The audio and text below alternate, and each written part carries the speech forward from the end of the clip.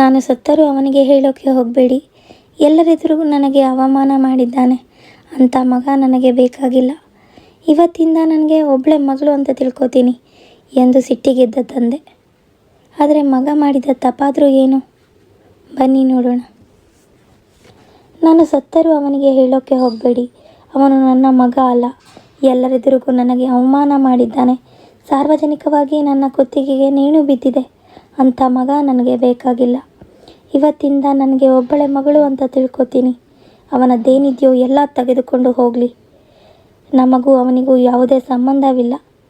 ನೀವು ಕೂಡ ಯಾವುದೇ ಸಂಬಂಧ ಇಟ್ಕೋಬೇಡಿ. ಅವನ ಸಂಬಂಧಕ್ಕೆ ಎಳ್ಳು ನೀರು ಬಿಟ್ಟಾಯಿತು ಅಂದ್ಕೊಳ್ಳಿ ಅಂತ ಅಪ್ಪ ಹೇಳಿ ರೂಮ್ಗೆ ಹೋಗಿಬಿಟ್ಟರು. ಅಪ್ಪ ಹಾಗಂದಾಗ ನಾನು ಮತ್ತು ಅಮ್ಮ ಗಾಬರಿಯಾಗಿ ಹೋದೆವು. ಅಲ್ಲಿಗೆ ಎಲ್ಲವೂ ಮುಗಿದು ಹೋಯಿತು ಅಂತ ನಾವು ತತ್ತರಿಸಿ ಹೋದೆವು. ಅಲ್ಲಿಗೆ ಶಶಿ ಇನ್ನೂ ನಮ್ಮ ಪಾಲಿಗಿಲ್ಲ ಅನ್ನುವ ನೋವು ಕಾಡತೊಡಗಿತು. ಅಮ್ಮ ಅಲ್ಲಿಯೇ ಕೂತು ಬಾಯಿಗೆ ಸೆರಗು ತುಂಬಿಕೊಂಡು ಅತ್ತು ಬಿಟ್ಟಳು. ಎಷ್ಟೇ ಆಗಲಿ ಹೆತ್ತ ಕರಳು, ಅವಳಿಗೆ ಏನು ಸಮಾಧಾನ ಹೇಳೋಕ್ಕೆ ಸಾಧ್ಯ? ಅಮ್ಮ ಸಮಾಧಾನ ಮಾಡ್ಕೊ. ಏನೋ ಕೋಪದಲ್ಲಿ ಅಪ್ಪ ಹಾಗಂದಿದ್ದಾರೆ, ಆದರೆ ಅದೇ ಸತ್ಯ ಆಗೋಕ್ಕೆ ಸಾಧ್ಯನಾ ಅಂತ ಹೇಳಿ ಅಲ್ಲಿಂದ ನಾನು ರೂಮ್ಗೆ ಹೋಗಿಬಿಟ್ಟೆ. ಆದರೆ ನಾನು ಹೇಳಿದ್ದು ಅಪ್ಪಟ ಸುಳ್ಳು ಅಂತ ನನಗೆ ಗೊತ್ತಿತ್ತು. ಇನ್ನೂ ಈ ಅಪ್ಪ ಮಗನ ಸಂಬಂಧ ಸರಿ ಹೋಗಲ್ಲ ಅನ್ನೋ ಸತ್ಯ ಆ ಕ್ಷಣವೇ ಅರ್ಥವಾಗಿತ್ತು. ಆದರೆ ಏನು ಮಾಡೋಕ್ಕೆ ಸಾಧ್ಯವಿತ್ತು? ಇದಕ್ಕೆಲ್ಲ ಕಾರಣ ಯಾರು? ಅಪ್ಪನಿಗೆ ತನ್ನ ಸಂಸಾರ, ತನ್ನ ಮಕ್ಕಳು ಅಂದರೆ ಎಲ್ಲಿಲ್ಲದ ಪ್ರೀತಿ. ನಮ್ಮೆಲ್ಲರನ್ನೂ ತುಂಬ ಪ್ರೀತಿಯಿಂದ ನೋಡಿಕೊಂಡಿದ್ದರು. ಯಾವುದಕ್ಕೂ ಕೊರತೆ ಮಾಡುತ್ತಿರಲಿಲ್ಲ. ಊಟ ತಿಂಡಿ ಎಲ್ಲವೂ ಹೊಟ್ಟೆ ತುಂಬ ಕೊಟ್ಟಿದ್ದರು. ನಾವು ಏನನ್ನು ಓದ್ತೀವೋ ಅದನ್ನೇ ಓದಿಸಿದ್ದರು. ಹಣಕಾಸು ಬಟ್ಟೆ ಬರೆ ಯಾವುದಕ್ಕೂ ತೊಂದರೆ ಇಲ್ಲ ಅನ್ನುವ ಹಾಗೆ ಮಿಡಲ್ ಕ್ಲಾಸ್ನಲ್ಲೂ ಅಪ್ಪ ಚಂದದೊಂದು ಬದುಕು ಕಟ್ಟಿಕೊಟ್ಟಿದ್ದರು. ತೀರಾ ಓಹೋ ಅನ್ನುವ ಹಣಕಾಸು ನಮಗಿಲ್ಲದೆ ಹೋದರೂ ನೆಮ್ಮದಿಯಾಗಿ ಜೀವನ ಮಾಡೋಕ್ಕೆ ನಮಗೆ ಯಾವ ಅಡ್ಡಿಯೂ ಇರಲಿಲ್ಲ. ನಿಜ ಹೇಳಬೇಕಂದ್ರೆ ಬುಕ್ಸ್ ಕೊಡಿಸಿಲ್ಲ ಅಂತ ಎಂದೂ ನಾವು ಕ್ಲಾಸ್ ರೂಮಿನಿಂದ ಹೊರಗೆ ಉಳಿಯಲಿಲ್ಲ.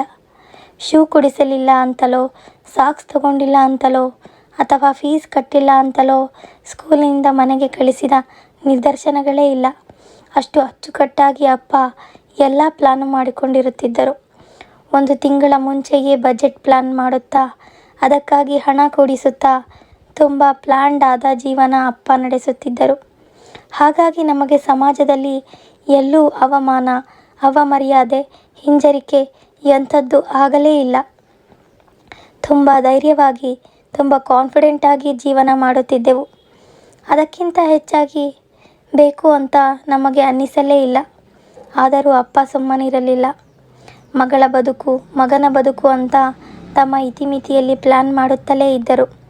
ಮಗನ ಓದು, ಮಗಳ ಮದುವೆ ಅಂತ ಎಲ್ಲದಕ್ಕೂ ಒಂದು ಪೂರ್ವ ಯೋಜನೆ, ಒಂದು ಪ್ಲ್ಯಾನ್ ಮೊದಲೇ ಇರುತ್ತಿತ್ತು. ಎಲ್ಲೂ ಅಪ್ಪ ಎಚ್ಚರ ತಪ್ಪುತ್ತಿರಲಿಲ್ಲ. ಅಷ್ಟು ಕಟ್ಟುನಿಟ್ಟು. ಆದರೆ ಅಪ್ಪನಿಗೆ ತಲೆನೋವಾಗಿದ್ದು ನಾನೇ.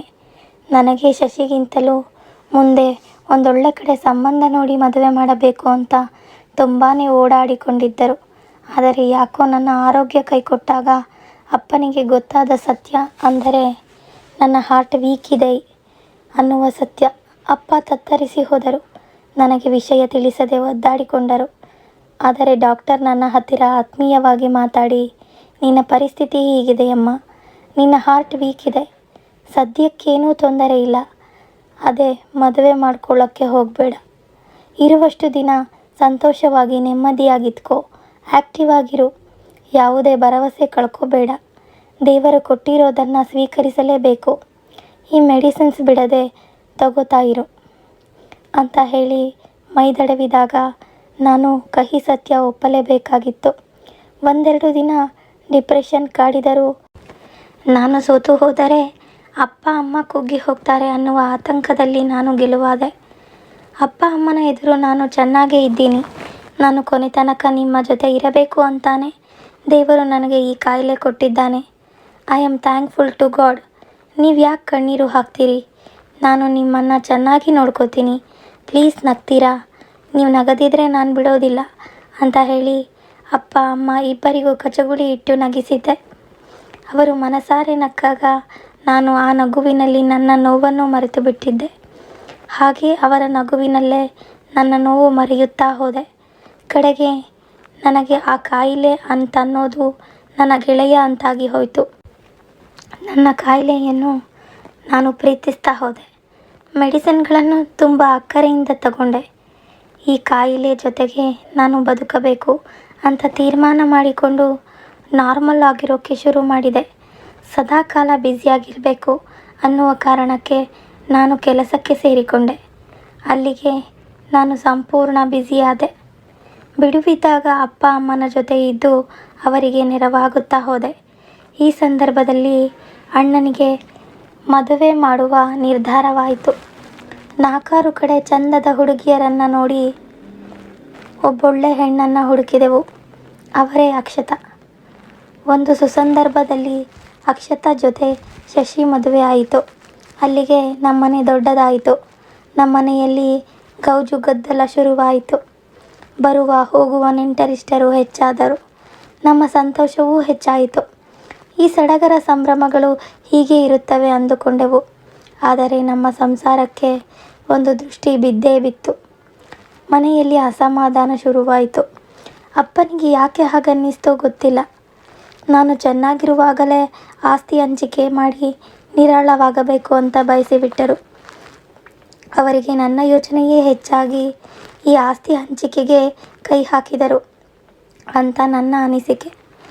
ನಾಳೆ ದಿನ ನನ್ನ ಮಗಳಿಗೆ ಅನ್ಯಾಯವಾದೀತು ಅಂತ ಮುಂಜಾಗ್ರತೆಯಿಂದ ಇರುವ ಅಲ್ಪ ಸ್ವಲ್ಪ ಆಸ್ತಿಯನ್ನೇ ಅಪ್ಪ ಹಂಚಲು ಯೋಚಿಸಿದರು.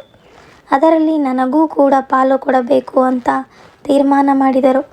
ಆದರೆ ನನ್ನ ಅನಾರೋಗ್ಯದ ಕಾರಣ ತುಸು ಹೆಚ್ಚಾಗಿಯೇ ನನಗೆ ಕೊಡಬೇಕು. ತಿಂಗಳಿಗೆ ಇಂತಿಷ್ಟು ಬಾಡಿಗೆ ನನಗೆ ಬರಬೇಕು ಅಂತೂ ಅಪ್ಪ ಡ್ರಾಫ್ಟ್ ಬರೆದು ಶಶಿ ಮುಂದಿಟ್ಟಾಗ ಅವನ ಮತ್ತು ಅತ್ತಿಗೆಯ ಮನಸ್ಸು ಹೇಗೆ ಕೆಲಸ ಮಾಡಿತೋ ಗೊತ್ತಿಲ್ಲ. ಮರುದಿನದಿಂದಲೇ ಮನೆಯಲ್ಲಿನ ವಾತಾವರಣ ಬದಲಾಗುತ್ತಾ ಹೋಯಿತು. ಶಶಿ ಅಸಹನೆ ತೋರಲು ಶುರು ಮಾಡಿದ. ಅತ್ತಿಗೆ ಅಸಹಕಾರ ತೋರತೊಡಗಿದಳು. ಸಣ್ಣ ಸಣ್ಣದಕ್ಕೆಲ್ಲ ತಗಾದೆ ಶುರುವಾಯಿತು. ವಿನಾಕಾರಣ ಮನೆಯಲ್ಲಿ ಜಗಳ ನಡೆಯತೊಡಗಿತು. ಆನಂದವಾಗಿದ್ದ ನಮ್ಮನೆ ನರಕವಾಗತೊಡಗಿತು. ಆದರೆ ಅದಕ್ಕೆಲ್ಲದಕ್ಕೂ ಮೂಲ ಆಸ್ತಿ ಹಂಚಿಕೆ ಅಂತ ಗೊತ್ತಾಗದೇ ಇರಲಿಲ್ಲ. ಕೊನೆಗೊಂದು ದಿನ ಅಣ್ಣ ಕಾರಿಕೊಂಡೇ ಬಿಟ್ಟ. ನೋಡಿ, ನನಗೂ ಜೀವನ ಇದೆ. ನೀವು ಹೀಗೆ ಮನಸ್ಸೋ ಈಚೆ ಡಿವೈಡ್ ಮಾಡಬೇಡಿ. ವೀಣಂಗೆ ನೀವು ಇಷ್ಟು ಆಸ್ತಿ ಕೊಡೋದು ಬೇಕಿಲ್ಲ. 4 ಮನೆ ಬಾಡಿಗೆ ಅವಳೇ ತಗೋಬೇಕು ಅಂತ ಮಾಡಿದ್ದೀರಿ. ಅದೆಲ್ಲ ಸರಿ ಆಗೋದಿಲ್ಲ. ಅಲ್ಲ, ನಿಮಗೆ ನಾನು ಮಾಡಿರೋ ಅನ್ಯಾಯ ಏನು? ನಾನು ಹೇಗೆ ಜೀವನ ಮಾಡಲಿ?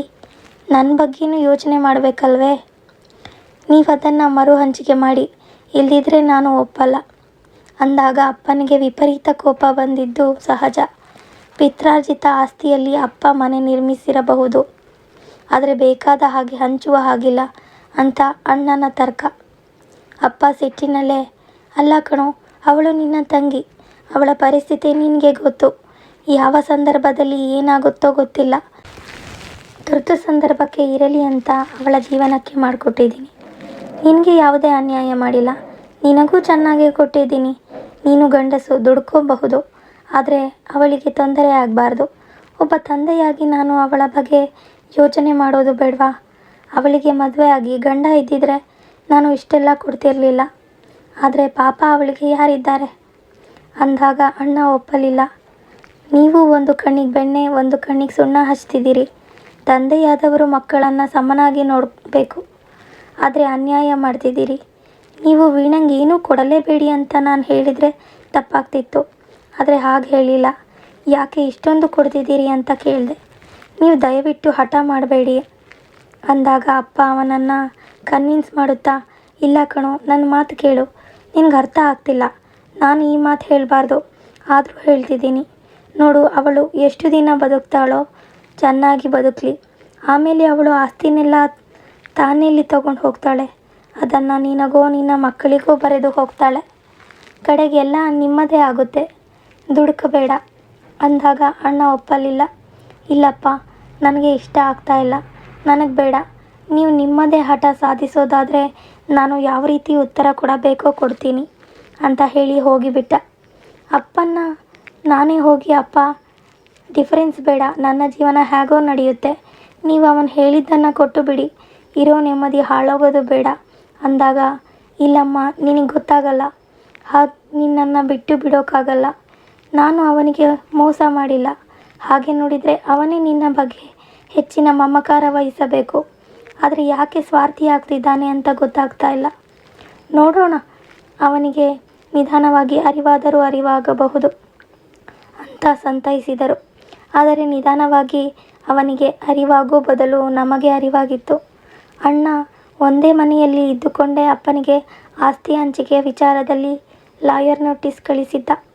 ನಾವೆಲ್ಲರೂ ದಂಗಾಗಿ ಹೋದೆವು. ಏನು ಮಾಡಬೇಕು ಅಂತ ತಿಳಿಯಲಿಲ್ಲ. ಅವನಿಗೆ ತಿಳಿಸಿ ಹೇಳುವ ಧೈರ್ಯ ಮಾಡಿದೆವು, ಆದರೆ ಅವನು ಕೇಳಲಿಲ್ಲ. ನನ್ನ ನಿರ್ಧಾರದಲ್ಲಿ ಯಾವುದೇ ವ್ಯತ್ಯಾಸವಿಲ್ಲ ಅಂತ ಹೇಳಿ, ಈಗಲೂ ನನ್ನ ಪಾಲು ನನಗೆ ಬಿಟ್ಟುಕೊಟ್ಟು ಮರ್ಯಾದೆ ಉಳಿಸ್ಕೊಳ್ಳಿ ಅಂದ. ಆದರೆ ಅಪ್ಪ ಕೇಳಲಿಲ್ಲ. ಆಗಿದ್ದಾಗಲಿ ಅಂತ ತಾವು ಜಿದ್ದಾಜಿದ್ದಿಗೆ ಬಿದ್ದರು. ಅಪ್ಪನು ಅಣ್ಣನಿಗೆ ಲಾಯರ್ ನೋಟಿಸ್ ಕೊಟ್ಟರು. ಅಪ್ಪ ಮಗನ ಗದ್ದಲ ಬಿರುಸಾಗಿ ನಡೆಯತೊಡಗಿತು. ಯಾರ ಮಧ್ಯಸ್ಥಿಕೆ, ಯಾರ ಬೇಡಿಕೆ ಯಾವುದೂ ಈ ಕದನ ನಿಲ್ಲಿಸಲಿಲ್ಲ. ಇನ್ನಷ್ಟು ಹೆಚ್ಚಾಗುತ್ತಲೇ ಹೋಯಿತು. ಏನೇ ಹಠ ತೊಟ್ಟ ಹೋದರೂ ಅಪ್ಪನಿಗೆ ಒಳಗೊಳಗೆ ಭಯವಿತ್ತು. ನಮ್ಮ ಮನೆ ಮರ್ಯಾದೆ ಹೊಸ್ತಿಲು ಬಿಟ್ಟು ಆಚೆ ಹೋಗಬಾರದು ಅಂತ. ಅಪ್ಪ ಹೆಜ್ಜೆ ಹೆಜ್ಜೆಗೂ ಎಚ್ಚರ ವಹಿಸುತ್ತಿದ್ದರು. ಆದರೆ ಮಗರಾಯ ಬಿಡಲಿಲ್ಲ. ಕಡೆಗೂ ಅಪ್ಪನ ನೂರಾರು ಜನಗಳ ಮಧ್ಯೆ ಕೋರ್ಟಿನ ಕಟಕಟೆಯಲ್ಲಿ ನಿಲ್ಲಿಸಿಬಿಟ್ಟ. ಅಪ್ಪ ಅಪರಾಧಿಯಂತೆ ನಿಂತು ಬಿಟ್ಟರು. ಸಮಾಜದಲ್ಲಿ ಎಂದೂ ಯಾವತ್ತೂ ಅಪರಾಧಿಯಾಗಿ ನಿಲ್ಲದಿದ್ದ ಅಪ್ಪ ಅವತ್ತು ನನ್ನ ಕಾರಣಕ್ಕೆ ಅಪರಾಧಿಯಾಗಿ ಬಿಟ್ಟರು. ಎಲ್ಲರ ಎದುರು ತಲೆ ತಗ್ಗಿಸಿ ನಿಲ್ಲುವಂತಾಯಿತು. ಅಪ್ಪ ತತ್ತರಿಸಿ ಹೋದರು. ವಾದ ವಿವಾದಗಳ ವಾಗ್ವಾದವಾಯಿತು. ಅಣ್ಣ ಅಪ್ಪನ ಕಡೆ ಕೈ ತೋರಿಸಿ ಮೋಸಗಾರ ಅಂದುಬಿಟ್ಟ. ಅಲ್ಲಿಗೆ ಅಪ್ಪನ ಕುತ್ತಿಗೆಗೆ ನೇಣು ಬಿದ್ದು ಹೋಗಿತ್ತು. ಅಪ್ಪ ಯಾವ ವಾದಕ್ಕೂ ಹೋಗಲಿಲ್ಲ. ಎಲ್ಲ ಅವನೇ ತಗೊಂಡು ಹೋಗಲಿ ಅಂತ ಬಿಟ್ಟು ಬಿಟ್ಟರು. ಕಡೆಗೆ ತೀರ್ಪು ಬಂದು ಅವನಿಗೆ ನಾವು ಈಗ ಕೊಟ್ಟಿದ್ದಕ್ಕಿಂತಲೂ ಹೆಚ್ಚಿಗೆ ಕೊಡುವಂತಾಯಿತು. ಅಣ್ಣನಿಗೆ ಬಹುದೊಡ್ಡ ಗೆಲುವಾಗಿತ್ತು. ಆದರೆ ಅಪ್ಪನಿಗೆ ನಿಂತ ನೆಲವೇ ಕುಸಿದು ಹೋಗಿತ್ತು. ಆ ಸಿಟ್ಟಿನಲ್ಲೇ ಅಪ್ಪ ಬಂದು ಹೇಳಿದ್ದು, ನಾನು ಸತ್ತರೂ ಅವನಿಗೆ ಹೇಳಬೇಡಿ ಅಂತ. ಮಗ ನನಗೆ ಬೇಕಾಗಿಲ್ಲ, ಇನ್ನು ಅವನ ಪಾಲಿಗೆ ನಾನಿಲ್ಲ. ಹೌದು, ಹಾಗಂತ ಹೇಳಿ ಸರಿಸುಮಾರು 25 ವರ್ಷಗಳೇ ಕಳೆದು ಹೋಗಿವೆ. ಅಲ್ಲಿಗೆ ಫಸ್ಟ್ ಹಾಫ್ ಆಗಿ ಹೋಗಿದೆ. ಇನ್ನೇನಿದ್ದರೂ ಈಗ ಸೆಕೆಂಡ್ ಹಾಫ್. ಈಗ ಅಪ್ಪ ಇನ್ನಷ್ಟು ಬಾಗಿದ್ದಾರೆ. ಅಮ್ಮನ ಕಣ್ಣು ಮಂದವಾಗಿದೆ. ನಾನು ಇರುವ ವೀಕ್ ಹಾರ್ಟ್ನಲ್ಲೇ ಕಾಲು ಸೆಂಚರಿ ಬಾರಿಸಿದ್ದೆ. ಅಣ್ಣ ಅತ್ತಿಗೆ ಸಂಪರ್ಕ ಇಲ್ಲ. ಅವರಿಗೂ ಮಕ್ಕಳಾಗಿ ದೊಡ್ಡವರಾಗಿದ್ದರೂ ನಮ್ಮ ಜೊತೆ ಮಾತಿಲ್ಲ, ಕತೆ ಇಲ್ಲ. ನಾವು ಅವರ ಮನೆಗೆ ಹೋಗಲ್ಲ, ಅವರೂ ನಮ್ಮ ಮನೆಗೆ ಬರೋದಿಲ್ಲ. ಅವತ್ತು ಬೇರಾದ ಸಂಬಂಧ ಮತ್ತೆ ಒಂದಾಗಿಲ್ಲ. ನೆತ್ತರು ನೀರಿಗಿಂತ ಗಟ್ಟಿ ಅಂತಾರೆ, ಆದರೆ ಯಾಕೋ ನೆತ್ತರು ನೀರಿಗಿಂತ ತೆಳ್ಳಗೆ ಅನ್ನಿಸುತ್ತಿದೆ. ಹಾಗಿದ್ದರೆ ಅಪ್ಪ ಮಗ ಒಂದಾಗಬೇಕಿತ್ತು, ಆದರೆ ಒಂದಾಗಲೇ ಇಲ್ಲ. ಅಪ್ಪನಿಗೆ ತಾನೇನು ಕಳ್ಕೊಂಡಿದ್ದೀನಿ ಅನ್ನಿಸಲಿಲ್ಲ. ಅವನಿಗೂ ಅಪ್ಪನ ಮಿಸ್ ಮಾಡ್ಕೊಂಡಿದ್ದೀನಿ ಅಂತ ಬಹುಶಃ ಅನ್ನಿಸಿರಲಿಕ್ಕಿಲ್ಲ. ಹಾಗೆ ಅನ್ನಿಸಿದರೆ ಇಷ್ಟು ಬಹುದೊಡ್ಡ ಗ್ಯಾಪ್ ಆಗುತ್ತಿರಲಿಲ್ಲ. ಅವನಿಗೆ ಎಷ್ಟು ಕಿಚ್ಚೋ ಅಪ್ಪನಿಗೂ ಅಷ್ಟೇ ಕಿಚ್ಚು. ಇಬ್ಬರು ಒಬ್ಬರನ್ನೊಬ್ಬರು ನೋಡಬೇಕು ಅಂದುಕೊಳ್ಳಲೇ ಇಲ್ಲ. ನಿಜಕ್ಕೂ ಅನ್ನಿಸಲಿಲ್ಲವೋ ಅಥವಾ ಬಲವಂತಕ್ಕೆ ಸಾಧಿಸಿದರೋ ಗೊತ್ತಿಲ್ಲ. ಇಬ್ಬರು ಮೀಟ್ ಆಗಲೇ ಇಲ್ಲ. ಅಲ್ಲಿ ಇಲ್ಲಿ ನೆಂಟರಿಷ್ಟರ ಮದುವೆ ಇತ್ಯಾದಿ ಕಾರ್ಯಕ್ರಮಗಳಲ್ಲಿ ಸಿಕ್ಕಾಗ ಅಪ್ಪಿತಪ್ಪಿ ಎದುರಾಗಬೇಕಿತ್ತೇ ವಿನಃ ಆಗಲೂ ಕೂಡ ಮುಖ ನೋಡಲಿಲ್ಲ, ಮಾತೇ ಆಡಲಿಲ್ಲ. ಕಡೆಗೆ ಯಾರ ಮುಖಾಂತರವಾದರೂ ಕೂಡ ಮಾತಾಡಲಿಲ್ಲ. ನೀರಿಗಿಂತ ನೆತ್ತರು ಇನ್ನಷ್ಟು ತೆಳ್ಳಗಾಗುತ್ತಲೇ ಇತ್ತು. ಆದರೆ ಕಾಲ ಯಾರನ್ನ ಸುಮ್ಮನೆ ಬಿಟ್ಟಿತು? ಎಲ್ಲರ ಮೇಲೆ ನಿರ್ದಾಕ್ಷಿಣ್ಯವಾಗಿ ದಾಳಿ ಮಾಡಿ ತಾನಿದ್ದೇನೆ ಅಂತ ತೋರಿಸುವ ಕಾಲ ಅಪ್ಪನ ಮೇಲೂ ದಾಳಿ ಮಾಡಿಬಿಟ್ಟಿತ್ತು. ಅಪ್ಪನ ಆರೋಗ್ಯ ಕೈಕೊಟ್ಟು ಬಿಟ್ಟಿತ್ತು. ಆಗ ಎಲ್ಲ ನಾನೊಬ್ಬಳೇ ನೋಡಿಕೊಳ್ಳಬೇಕಾಗಿ ಬಂತು.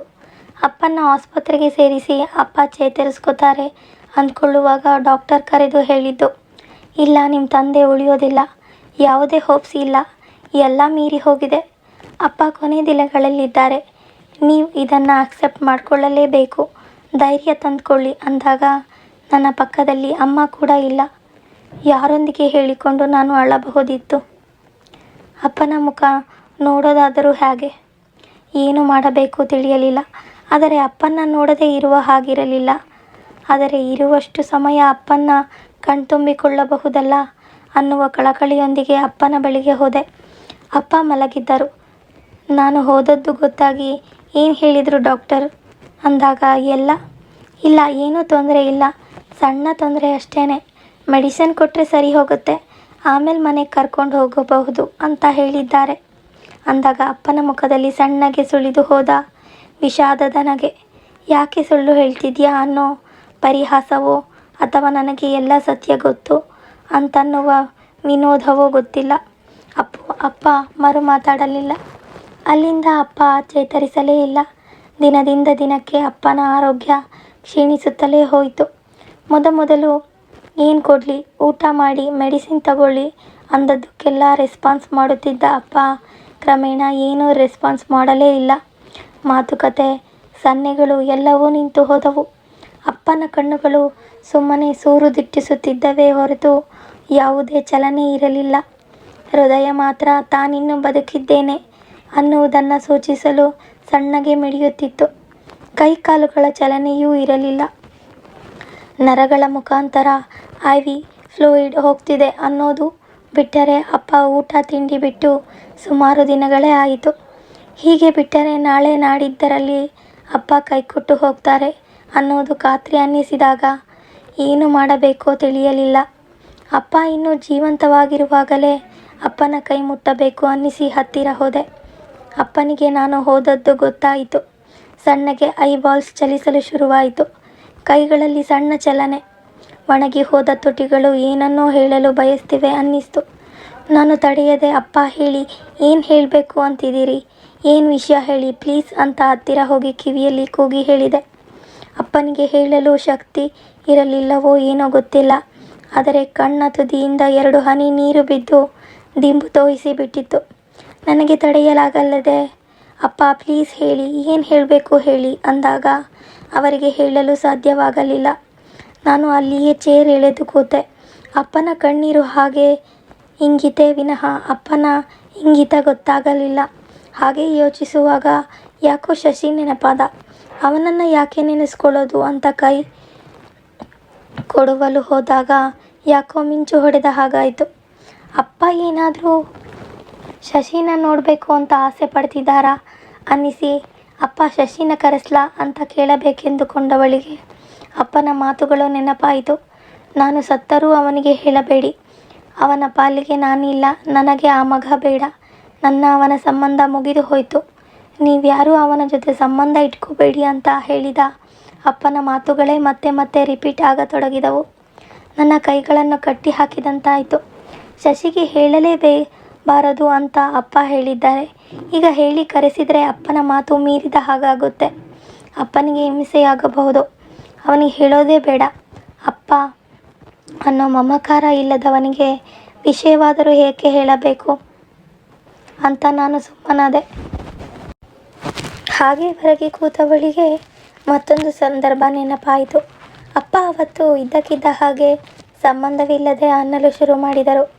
ಇಲ್ಲ ಕಣಮ್ಮ, ಯಾರನ್ನೂ ದ್ವೇಷ ಮಾಡಬಾರದು, ಅದರಿಂದ ಏನು ಲಾಭ ಇದೆ? ಎಂಥದ್ದೂ ಇಲ್ಲ. ದ್ವೇಷ ಸಾಧಿಸಿದ್ದೇ ಸಾಧನೆ ಅನ್ನೋದು ಬಿಟ್ಟರೆ ಬೇರೆ ಏನೂ ಇಲ್ಲ.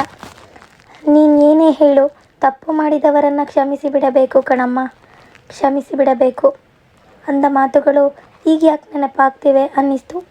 ತುಂಬ ಯೋಚನೆ ಮಾಡಿ ನೋಡಿದಾಗ ಈ ವೈರಾಗ್ಯದ ಮಾತುಗಳನ್ನು ಅಪ್ಪ ಆಡಿದ್ದು ಶಶಿಯನ್ನು ಮನಸ್ಸಿನಲ್ಲಿ ಇಟ್ಟುಕೊಂಡೆ ಅಂತ ಅರ್ಥ ಮಾಡಿಕೊಳ್ಳೋಕೆ ಅವಕಾಶವಿತ್ತು. ಹಾಗಿದ್ದರೆ ಅಪ್ಪನಿಗೆ ಶಶಿಯನ್ನು ದ್ವೇಷಿಸುವುದು ಸಾಕು ಅನ್ನಿಸ್ತಾ? ಅವನನ್ನು ಕ್ಷಮಿಸಿ ಬಿಡಬೇಕು ಅನ್ನೋದು ಅವರ ಮನಸ್ಸಿನಲ್ಲಿತ್ತ? ಹಾಗಿದ್ದರೆ ದ್ವೇಷದಲ್ಲಿ ಅರ್ಥ ಇಲ್ಲ ಅಂತ ಅಪ್ಪನಿಗೆ ಅನ್ನಿಸ್ತಾ? 3 ದಿನಗಳ ಬಾಳಿನಲ್ಲಿ ಇದ್ಯಾವುದೂ ಬೇಕಿಲ್ಲ ಅನ್ನಿಸ್ತಾ? ಅವನ ಜೊತೆ ರಾಜಿಯಾಗಬೇಕು ಅಂತ ಅಪ್ಪ ಬಯಸಿದ್ರಾ? ಹಾಗಿದ್ರೆ ಈಗ ಅಂತ ಸುಮಾರು ಹೊತ್ತು ಯೋಚಿಸಿದಾಗ ಇನ್ನು ತಡ ಮಾಡುವುದು ಬೇಡ ಅನ್ನಿಸಿಬಿಟ್ಟಿತು. ಕೂಡಲೇ ಫೋನ್ ತಗೊಂಡು ಶಶಿಗೆ ಫೋನ್ ಮಾಡಿ ಹೇಳಿದೆ, ಶಶಿ, ಅಪ್ಪನ್ನ ಆಸ್ಪತ್ರೆಗೆ ಸೇರಿಸಿದ್ದೀನಿ. ಡಾಕ್ಟರ್ ಯಾವುದೇ ಭರವಸೆ ಕೊಟ್ಟಿಲ್ಲ, ಕಂಡೀಷನ್ ಕ್ರಿಟಿಕಲ್ ಆಗಿದೆ. ಯಾವಾಗ ಏನು ಬೇಕಿದ್ದರೂ ಆಗಬಹುದು. ಸೊ ನೀನೇನಾದರೂ ಬಂದು ನೋಡಿಕೊಂಡು ಹೋಗೋದಿದ್ರೆ ಹೋಗು. ಇಲ್ಲೇ ಸಹನಾ ಆಸ್ಪತ್ರೆಯಲ್ಲಿ ಅಂತ ಹೇಳಿ ಫೋನ್ ಇಟ್ಟೆ. ನಾನು ತಪ್ಪು ಮಾಡಲಿಲ್ಲ ಅನ್ನಿಸ್ತು. ನಾನು ಫೋನ್ ಮಾಡಿ ಅರ್ಧ ಗಂಟೆ ಆಗಿರಲಿಲ್ಲ. ಶಶಿ ಆತಂಕದಲ್ಲಿ ಧಾವಿಸಿ ಬಂದ. ನಾನು ಕೂಡ ಅವನೊಂದಿಗೆ ಇಷ್ಟು ವರ್ಷ ಮಾತನಾಡಿರಲಿಲ್ಲ. ಈಗಲೂ ಮಾತು ಹೊರಡಲಿಲ್ಲ. ಅಪ್ಪನ ಬೆಡ್ ಕಡೆ ಕೈ ತೋರಿಸಿ ಅವನ ಹಿಂದೆಯೇ ಹೋದೆ. ಅಪ್ಪ ಮಲಗಿದ್ದರು. ಇನ್ನು ಅವರಲ್ಲಿ ಜೀವ ಉಳಿದಿತ್ತು. ಶಶಿ ಹತ್ತಿರ ಹೋದ. ನಾನು ಗೋಡೆಗೆ ಹೊರಗೆ ನಿಂತೆ. ಶಶಿ ಹತ್ತಿರ ಆಗಿ ಅಪ್ಪ ಅಂದ. ಸುಮಾರು 25 ವರ್ಷಗಳಾಗಿತ್ತು ಅವನು ಅಪ್ಪ ಅಂತ ಕರೆದು. ಅಪ್ಪನಿಗೂ ಅವನ ಬಾಯಿಂದ ಅಪ್ಪ ಅನ್ನುವ ಪದ ಕೇಳಿ 25 ವರ್ಷಗಳೇ ಆಗಿತ್ತು. ಅಪ್ಪ ರೆಸ್ಪಾನ್ಸ್ ಮಾಡಲಿಲ್ಲ. ಶಶಿ ಮತ್ತೆ ಅಪ್ಪ ಅಪ್ಪ ಅಂತ ಕರೆದ. ಆದರೆ ಅಪ್ಪನಿಗೆ ಗೊತ್ತಾಗುತ್ತಿಲ್ಲ. ಶಶಿ ಮತ್ತೆ ಮತ್ತೆ ಅಪ್ಪ ಅಪ್ಪ, ನಾನು ಶಶಿ ಬಂದಿದ್ದೀನಿ, ಈ ಕಡೆ ನೋಡಿ, ನಾನು ಶಶಿ ಬಂದಿದ್ದೀನಿ ಅಂತ ಅಪ್ಪನ ಕೈ ಹಿಡಿದುಕೊಂಡ. ಅಪ್ಪನ ಕೈಗಳು ಶಶಿಯ ಕೈಗಳನ್ನು ಗಟ್ಟಿಯಾಗಿ ಅಮುಕಿ ಹಿಡಿದಿರೋದನ್ನು ನೋಡಿ ನಾನೇ ದಂಗಾಗಿ ಹೋದೆ. ಅಣ್ಣನಿಗೆ ಅಪ್ಪನ ಕೈಗಳ ಹಿಡಿತದ ತೀವ್ರತೆ ಗೊತ್ತಾಗುತ್ತಿತ್ತು. ಅವನು ಅಪ್ಪ ಅಪ್ಪ ಅನ್ನುತ್ತಿದ್ದ ಹಾಗೆ ಅಪ್ಪನ ಕಣ್ಣಿಂದ ಕಣ್ಣೀರು ಜಾರತೊಡಗಿತ್ತು. ನನ್ನ ಕಣ್ಗಳು ಮಂಜಾದವು. ಶಶಿ ಆರ್ತವಾಗಿ ಅಪ್ಪ ಅಪ್ಪ ಅನ್ನುತ್ತಲೇ ಇದ್ದ. ಇಷ್ಟು ದಿನಗಳ ಅಗಲಿಕೆ ಅವರ ನಡುವೆ ತೀವ್ರ ತಳಮಳಕ್ಕೆ ಕಾರಣವಾಗಿತ್ತು. ನರನಾಡಿಗಳು ಅದೆಷ್ಟು ಮಾತನಾಡಿದವೋ, ಬೆಚ್ಚನೆಯ ಸ್ಪರ್ಶಗಳು ಅದೇನನ್ನೋ ತಾಕಿದವೋ, ತರ್ಕ ಮಾತುಗಳು ಅದೇನನ್ನೋ ತಲುಪಿಸಿದವೋ, ಕಣ್ಣಾಲಿಗಳು ಏನನ್ನೋ ಕನವರಿಸಿದವೋ, ಉಸಿರುಗಳು ಏನನ್ನೋ ಉಸಿರಿಸಿದವೋ. ಆ ಎರಡು ಜೀವಗಳು ಕಟ್ಟಕಡೆಯ ಗಳಿಗೆಗಾದರೂ ಎಲ್ಲ ಬಿಗುಮಾನ ಕಳೆದು ತಮ್ಮ ತಮ್ಮ ಅಹಂಕಾರಗಳನ್ನು ಸಹಿಸಿಕೊಂಡು ಕೈ ಬಿಗಿ ಹಿಡಿದುಕೊಂಡವು. ಮತ್ತೆಂದೂ ಬಿಡುವುದೇ ಇಲ್ಲವೇನೋ ಎಂಬಂತೆ ಬೆಸೆದುಕೊಂಡವು. ಎರಡು ಮನಸ್ಸುಗಳು ಶರಣಾಗತವಾದವು. ಎರಡು ಹೃದಯಗಳು ಮಂಡಿಯೂರಿದವು. ಭಾವಗಳು ಶಿರಬಾಗಿದವು. ಕಟ್ಟಕಡೆಗೆ ನೆತ್ತರು ನೀರಿಗಿಂತ ಗಟ್ಟಿ ಅಂತನ್ನುವುದನ್ನು ನಿಜವಾಗತೊಡಗಿತು.